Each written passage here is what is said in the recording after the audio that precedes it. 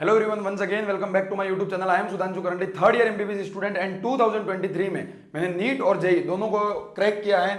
और एक बार फिर से आप सभी का स्वागत है 25 दिन की फिजिक्स की इस मास्टर क्लास की सीरीज में, जिसमें आज हम वन शॉट में खत्म करेंगे प्रिज्म जैसे बहुत ही इंपॉर्टेंट टॉपिक को दोस्त। क्योंकि प्रिज्म एक ऐसा टॉपिक है जिससे हर साल नीट में आपको क्वेश्चन जरूर देखने को मिलेगा। और आई एम 100% श्योर कि अगर आप इस लेक्चर को देख लेते हैं और इस लेक्चर को देखने के बाद जो प्रैक्टिस शीट है इस लेक्चर की, जो हमने हमारे ऐप पर बिल्कुल फ्री ऑफ कॉस्ट दे रखी है, उसको सॉल्व कर लेते हैं तो प्रिज्म से आने वाला कोई सवाल आपका नीट के एग्जाम में गलत नहीं होगा। आज के इस लेक्चर में सबसे पहले हम थ्योरी को अच्छे से पढ़ेंगे, सारे कंसेप्ट को अच्छे से पढ़ेंगे, किस तरीके के फॉर्मूलेज यूज किए जाते हैं, उनको डिराइव कैसे किया जाता है उनको भी सीखेंगे, और लास्ट में प्रीवियस ईयर क्वेश्चन को भी करेंगे। मैं कभी किसी भी टॉपिक के अंदर ये नहीं कहता फिजिक्स में डेरिवेशन आप याद कीजिए या फिर उनको समझिए। मैं कहता हूं सीधा फॉर्मूला याद रखिए, क्योंकि नीट के एग्जाम में कभी डेरिवेशन नहीं पूछा जाएगा। बट आज का जो लेक्चर है प्रिज्म का, उसके अंदर मैं आपको कहूंगा हर फॉर्मूला कैसे डिराइव हुआ, वो डेरिवेशन आपको समझना बहुत ही इंपॉर्टेंट है। क्योंकि प्रिज्म में कई बार ऐसा होता है कि सीधा फॉर्मूले से क्वेश्चन नहीं पूछा जाएगा, कुछ आपको अलग अलग केस दिए जाएंगे, कंडीशन दी जाएगी, और आप उस क्वेश्चन को तभी सॉल्व कर पाओगे जब आपको उसका डेरिवेशन आता होगा। तो सर डेरिवेशन कैसे करेंगे? टेंशन लेने की कोई बात नहीं है मित्र, हम बहुत बेहतरीन तरीके से आपको डेरिवेशन सिखा के जाएंगे कि कैसे आप सारे एंगल निकाल सकते हैं और आप सभी चीजों को सॉल्व कर सकते हैं। ठीक है, तो बिना किसी देरी के वीडियो को शुरू करते हैं। समझते हैं दोस्त, प्रिज्म से अपवर्तन या फिर रिफ्रैक्शन थ्रू ए प्रिज्म क्या होता है। हिंदी इंग्लिश दोनों ही मीडियम को कवर करने का प्रयास किया जाएगा, तो समझिएगा। सबसे पहले हम एक कोरा पेज ले लें। ठीक है, अगर हम एक ब्लैंक पेज ले लेते हैं जिसके ऊपर हमने एक प्रिज्म बना दिया। प्रिज्म आपको हमेशा इसी शेप का दिखेगा। तो प्रिज्म का खुद का एक एंगल होता है जिसे क्या कहते हैं, प्रिज्म एंगल। ठीक है, सबसे पहले आप बेसिक समझिएगा प्रिज्म के, तभी आपको सभी चीजें समझ में आएंगी। ठीक है, और बेसिक समझने के लिए आपको यह स्लाइड बहुत बेहतरीन तरीके से समझनी होगी, और क्या समझना है वो अब आप देखिएगा। प्रिज्म का खुद का एक एंगल होता है जिसको हम क्या कहते हैं, प्रिज्म कोण या फिर प्रिज्म एंगल कहते हैं, जिसको हम ए से शो करते हैं। ठीक है, उसके बाद किसी भी प्रिज्म, अगर बाहर से कोई भी रे आ रही है तो यहां क्या है, एयर है। ठीक है, और ये क्या है, कोई न कोई ग्लास है जिसका अपवर्तनांक जो है वो कितना है, म्यू है, और यहां फिर से क्या है, एयर है। तो सबसे पहले लाइट आएगी, कुछ ना कुछ डेविएशन होगा प्रिज्म के कारण, और फिर वापस एयर में जाएगी तो फिर से डेविएशन होगा। तो माना कोई एक लाइट आई, ठीक है, यहां पर ये इसका नॉर्मल है जिसको हम हिंदी में अभिलंब कहते हैं। तो हमने बोल दिया कि इसका इंसिडेंस एंगल जो है वो आई है। अब सुनिएगा, विरल से सघन माध्यम में जाने पर, ठीक है, मतलब रेयर मीडियम से अब हम सॉलिड मीडियम में जा रहे हैं, तो क्या होगा, एन जो नॉर्मली रे जानी कैसी चाहिए थी, कुछ इस टाइप से, बट नॉर्मली जानी ऐसे चाहिए थी, बट वो ऐसे ना जाकर किसके पास आ जाएगी, अभिलंब या फिर नॉर्मल के पास आ जाएगी। ये है नॉर्मल या अभिलंब, अपना इसके पास आ गई। ठीक है, उसके बाद फिर से ये जानी कैसे चाहिए थी, ऐसी जानी चाहिए थी, बट अब क्या होगा, अब वो अभिलंब से दूर हट जाएगी। क्यों? क्योंकि अब हम सघन से विरल माध्यम में जा रहे हैं, तो अब वो अभिलंब से दूर हटेगी, और अभिलंब से दूर हटेगी तो एक और एंगल यहां पर बनेगा जिसको हमने क्या कह दिया, ये था इंसिडेंस एंगल, वो है निकलने वाला निर्गमन एंगल। ठीक है, तो दो एंगल हमने यहां पर सीख लिए, पहला इंसिडेंस और दूसरा बाहर निकल रहा। और एक हमने प्रिज्म के लिए देखा था, क्या, प्रिज्म एंगल, जिसको हमने ए बोला था। ठीक है, तो ये दो एंगल हमने यहां पर समझ लिए। अब सुनिएगा दोस्त, यहां पर अगर मैं बात करूं तो जब ये पहला रिफ्लेक्शन हुआ है, यहां पर पहला रिफ्लेक्शन हुआ है, यहां पर दूसरा रिफ्लेक्शन हुआ है, तो जब पहला रिफ्लेक्शन हुआ तो कोई ना कोई रिफ्लेक्शन एंगल भी होगा। यस सर, कोई ना कोई रिफ्लेक्शन एंगल जरूर होगा, जिसको मैंने क्या कह दिया, R1 कह दिया। और दूसरा रिफ्लेक्शन हुआ, वहां दूसरा रिफ्लेक्शन एंगल होगा, जिसको मैंने क्या कह दिया, R2 कह दिया। अब समझिएगा, यही चीज हमने इस चित्र में दिखा रखी है। देखिए, ये है इंसिडेंट रे और ये है इमरजेंट रे। तो आई जो एंगल है वो हो गया इंसिडेंट का, और यहां इसको ई से भी शो करते हैं और कभी कभी I2 भी लिखते हैं, जिसको इमरजेंट रे का इमरजेंट एंगल कहते हैं। और ये हो गया प्रिज्म का एंगल ए। ठीक है, अब देखिएगा दोस्त, यहां पर ये R1 जो है वो क्या है, R1 क्या है, R1 है पहला जो रिफ्लेक्शन हुआ उसके लिए रिफ्लेक्शन एंगल, और R2 जो है वो दूसरे का रिफ्लेक्शन एंगल है। अब समझिएगा विचलन कोण या फिर डेविएशन एंगल क्या होता है। देखिएगा एक बार फिर से आप, डेविएशन एंगल होता क्या है, नॉर्मली ये रे जा तो ऐसी रही थी, ठीक है, और इसको जाना भी ऐसा था, बट ये इस साइड मुड़ गई, तो कुछ ना कुछ इस साइड मुड़ी, इसको अपन ने कह दिया डेविएशन नंबर 1, डेल्टा 1। उसके बाद दूसरी जो किरण है उसको भी जाना ऐसा था, बट क्या वो इस साइड मुड़ गई, तो इसको मैंने कह दिया डेल्टा 2। देखिए वही यहां पर दिखा रखा है कि पहला ये जाना ऐसे चाहती थी बट इस साइड मुड़ गई, तो ये क्या हो गया, डेविएशन 1, डेल्टा 1। दूसरी जाना यूं चाहती थी और जा यूं रही है, तो ये हो गया अपना एंगल दूसरा डेल्टा टू। देखो जाना यूं चाहती थी बट जा यूं रही है, तो ये हो गया डेविएशन एंगल 1। दूसरा ये जाना यूं चाहती थी बट जा यूं रही है, तो ये हो गया अपना दूसरा डेविएशन एंगल 2। तो इस तरीके से हमने यहां पर बहुत अलग अलग एंगल पढ़ लिए। पहला एंगल प्रिज्म एंगल जिसको ए कहा, दूसरा एंगल इंसिडेंट रे का एंगल I1, उसके बाद I2 हमने किसको कहा, इमर्जेंट रे जहां से वो बाहर निकल रही है। R1 हमने कह दिया पहला रिफ्लेक्शन एंगल, R2 हमने कह दिया दूसरा रिफ्लेक्शन एंगल, डेल्टा 1 हमने कह दिया कौन सा, पहला डेविएशन एंगल या फिर विचलन कोण, और डेल्टा 2 हमने कह दिया दूसरा डिफ्लेक्शन एंगल। अब यहां पर कुछ डेरिवेशन करके सॉल्व किया जाएगा दोस्त कि इनके बीच में क्या रिलेशन होता है। तो समझिएगा प्रिज्म एंगल कितना है, ए है। सबसे पहले फर्स्ट सरफेस पर एंगल ऑफ रिफ्रैक्शन कितना है, R2। सेकंड सरफेस पर एंगल ऑफ रिफ्रैक्शन कितना है, सॉरी पहले पे R1 है दूसरे पे R2 है। अब देखिएगा ये जो चतुर्भुज दिख रहा है आपको, इस चतुर्भुज का याद कीजिए कक्षा 7-8 में हम पढ़ा करते थे कि इसके चारों कोणों का योग यानी कि इन चारों एंगल का टोटल जो है वो किसके बराबर होगा, क्या 360 के बराबर होगा, यस सर। क्या 360 के बराबर होगा, यस सर। तो पहला एंगल तो है अपना ए, दूसरा एंगल, इस एंगल की बात कर रहा हूं मैं, ये एंगल कितना होगा दोस्त, ये एंगल हो जाएगा पाई माइनस R1। सर कैसे पाई माइनस R1, ये टोटल कितना है पाई है, और इसमें से R1 अपन ने निकाल दिया तो कितना हो जाएगा पाई माइनस R1। ये कितना हो गया पाई माइनस R2, हाँ पाई माइनस R2, और ये कितना हो गया टोटल 2 पाई। तो जब इसको बराबर कर कर हम इक्वेशन बनाएंगे, पाई से पाई 2 पाई से कैंसिल हो जाएगा, तो अपने पास एक रिलेशन आ जाएगा A equals to R1 plus R2। One of the most important relation है, इसको आप बहुत बेहतरीन तरीके से याद रखें कि जो प्रिज्म एंगल है वो बराबर होता है किसके, R1 प्लस R2 के, ठीक है। दूसरा देखना, जब हम दूसरा डेरिवेशन करते हैं डेविएशन एंगल के लिए, मतलब देखो ये तो पहला डेविएशन था डेल्टा 1, ये दूसरा डेविएशन था डेल्टा 2, बट नॉर्मली देखेंगे कि किरण अगर सीधी जाती तो लाइट ऐसे निकल जाती, और जा कैसे रही है ऐसी, मतलब टोटल डेविएशन कितना हो गया ये, इसको हमने कह दिया total deviation, angle of deviation delta.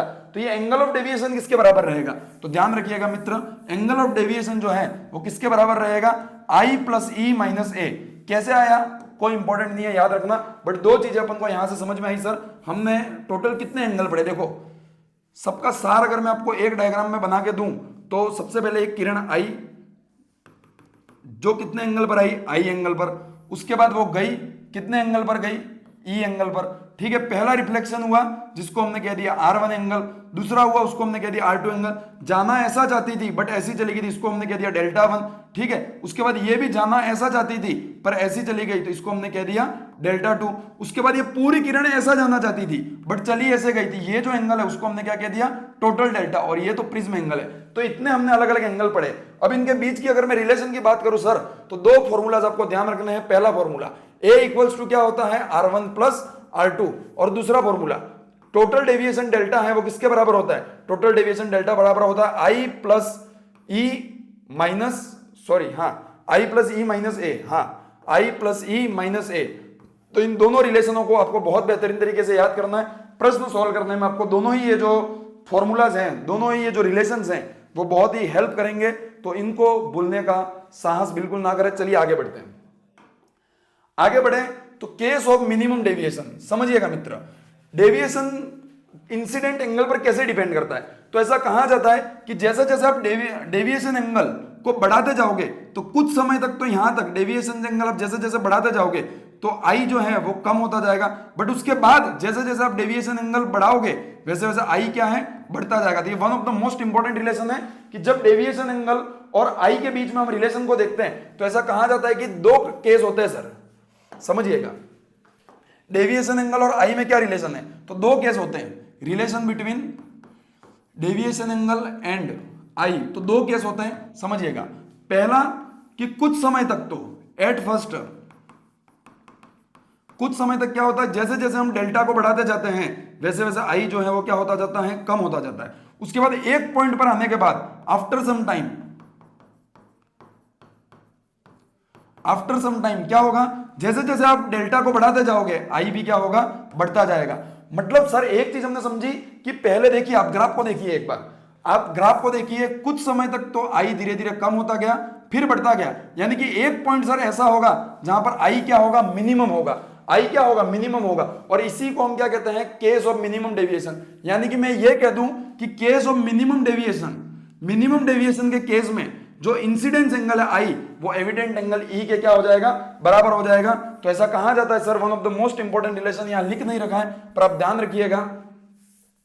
इसको क्या हो गया, चलो ध्यान रखिएगा कि क्या होता है। तो ध्यान रखना मित्र कि मिनिमम डेविएशन के केस में आई जो होता है वो किसके बराबर होता है, ई के। और एक और दूसरा रिलेशन याद रखना, R1 किसके बराबर होता है, R2 के। ये दोनों ही चीजें आपको बहुत अच्छे तरीके से याद होनी चाहिए, ठीक है सर। तो देखना अब एक चीज यहां मैं लिखता हूं कि अब अपन इस प्रिज्म की बात करें, मैं एक बार फिर से आपके सामने डेरिवेशन करके बता देता हूं आपको।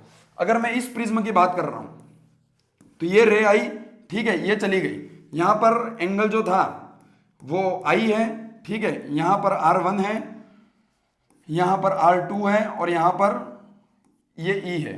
तो समझना मित्र, अब जब भी हम रूल लगाकर बात करते हैं तो हम कहते हैं साइन आई इंटू वन या फिर mu one, sine i into mu one equals to sine r one into mu two, ठीक है। अब मैं बोलता हूं इस प्रिज्म का अपवर्तनांक तो म्यू है और एयर का कितना है 1, तो म्यू 1 की जगह मैं क्या लिख दूंगा 1 और म्यू 2 की जगह क्या लिख दूंगा मैं mu.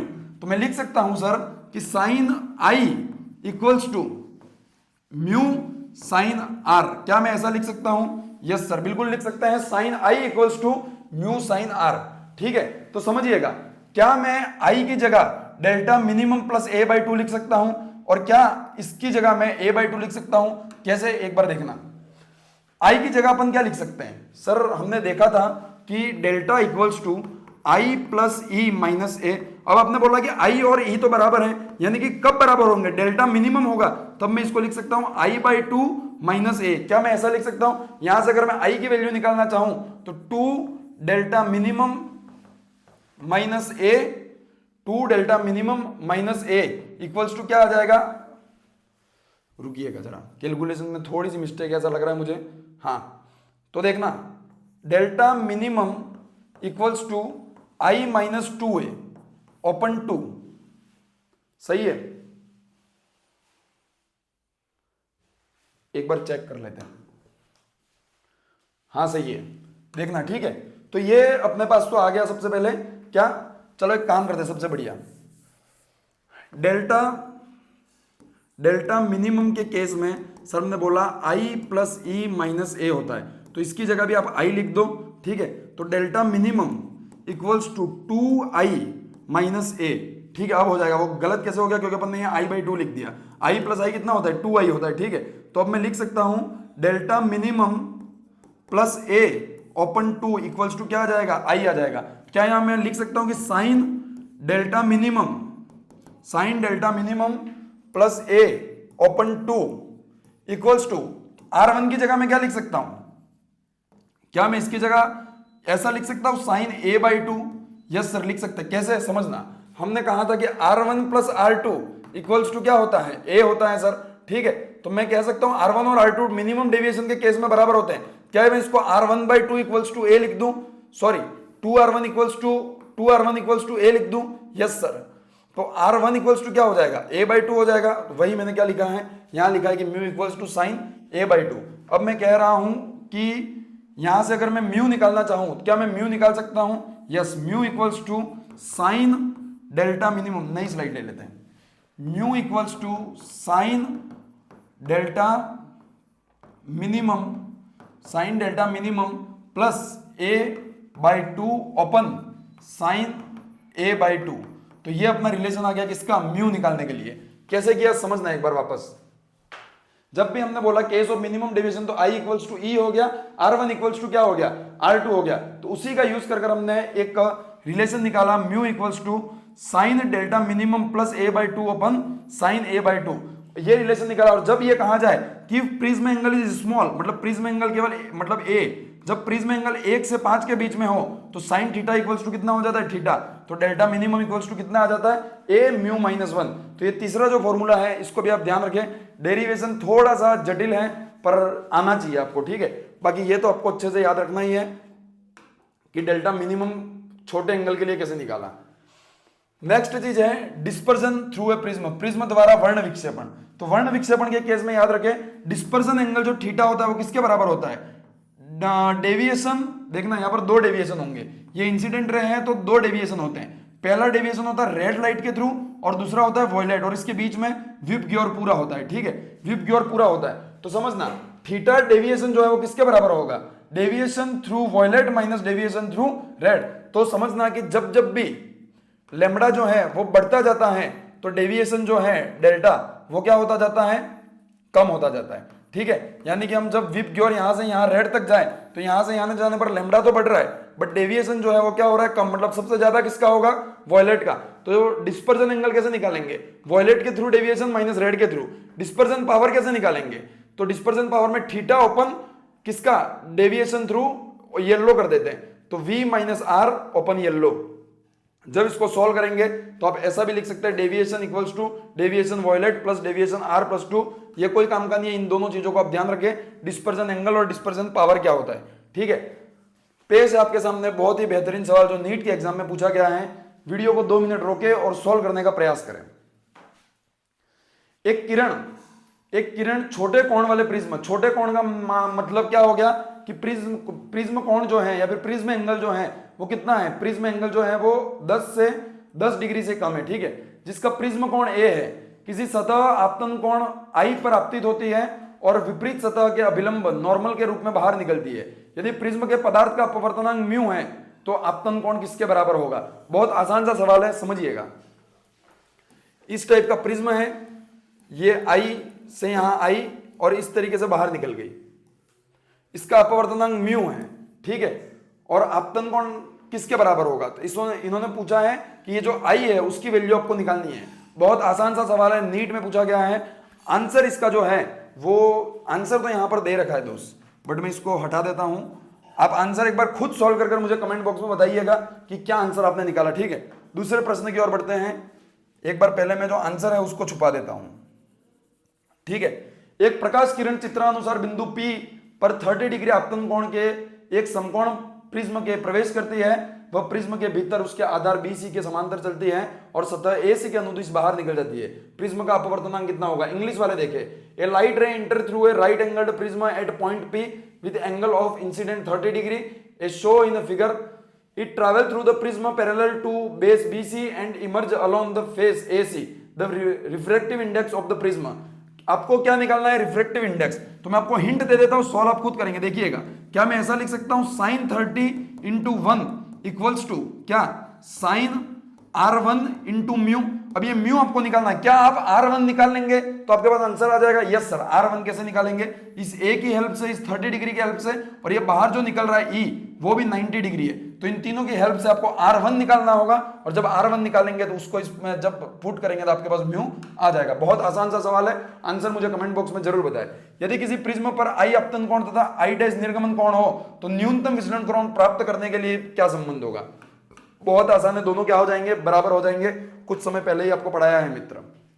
One of the most important question जो नीट के एग्जाम में पूछा गया है, find the value of angle of emergence from the prism refractive index of glass is √3। ये आपको दे रखा है, ठीक है। इसका प्रिज्म कोण जो है वो 60 डिग्री है, 90 डिग्री क्या है, आई है, आई कितना है, 90 डिग्री है। तो अब आपको दोस्त पता लगाना है कि ई कितना होगा। बहुत ही आसान है, जो रिलेशन आपको बताए गए हैं उन्हीं रिलेशन का यूज कर जो आंसर है वो मुझे कमेंट बॉक्स में बताइएगा। 4 सवाल है, चारों 4 नीट में पूछे जा चुके हैं। एक बहुत आसान था, बाकी के 3 जो हैं वो होमवर्क हैं। बाकी प्रिज्म जो है वो थोड़ा सा उटपटांग सा टॉपिक है, पर प्रश्न आपको जरूर देखने को मिलेगा मित्र नीट के एग्जाम में। रे ऑप्टिक्स, वेव ऑप्टिक्स के सारे टॉपिक बोरिंग से हैं, थोड़े से जटिल हैं, पर इनसे सवाल आपको 3 सवाल लगभग रे ऑप्टिक्स से और 1 या 2 सवाल दोनों से मिला के मतलब आपको 5 से 6 सवाल नीट के एग्जाम में देखने को मिलेंगे। तो पढ़ना जरूरी है, ठीक है। जिसमें YDS बहुत बेहतरीन तरीके से आपको दूसरे तीसरे लेक्चर में खत्म करवा दिया गया है, जिससे प्रश्न आपको 100% मिलेगा। और दूसरा प्रिज्म है, इससे भी 99% चांस है कि आपको क्वेश्चन मिलेगा। और जब आता है प्रिज्म से क्वेश्चन तो टेढ़ा ही आता है, ये ध्यान रखना। तो उस टेढ़े क्वेश्चन को करने के लिए आपको प्रैक्टिस करनी होगी, और प्रैक्टिस शीट हमारे ऐप पर शीट भी है, उसके आंसर भी है, उसके सॉल्यूशन भी है, और ये सारे प्रीवियस ईयर क्वेश्चन भी हैं।